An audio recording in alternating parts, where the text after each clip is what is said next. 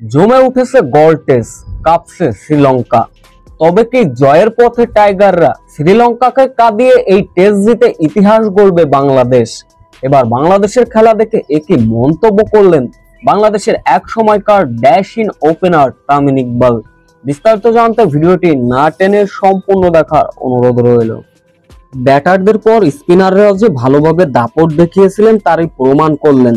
গল টেস্টের প্রথম ইনিংসে 10 রানের লিড পেয়েছিল বাংলাদেশ। চতুর্থ দিনের দ্বিতীয় সেশনে শ্রীলঙ্কাকে 485 রানে অল আউট করেছিল টাইগাররা, যেখানে বাংলাদেশের হয়ে বাংলাদেশের অফ স্পিনার নাইম নেন 5টি উইকেট, যার ফলে হাতে ছিল 10 রানের লিড।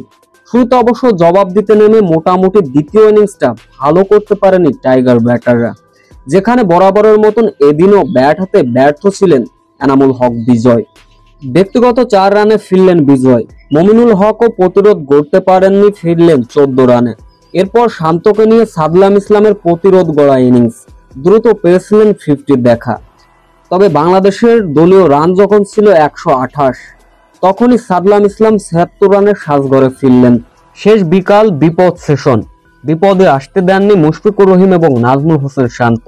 106 বলে শান্ত তুলে নেন 50, যার ফলে চতুর্থ দিন শেষে বাংলাদেশের সংগ্রহ 177, 3 উইকেট হারিয়ে বাংলাদেশের লিড 187 রানে।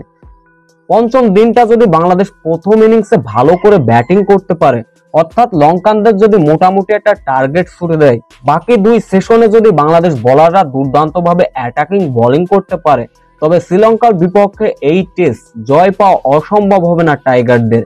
এদিন বাংলাদেশের খেলা দেখতে এলে শ্রীলঙ্কায় পৌঁছেছেন তামিম ইকবাল। বাংলাদেশের অলরাউন্ডার পারফরমেন্সে রীতিমতো মুগ্ধ হয়েছেন।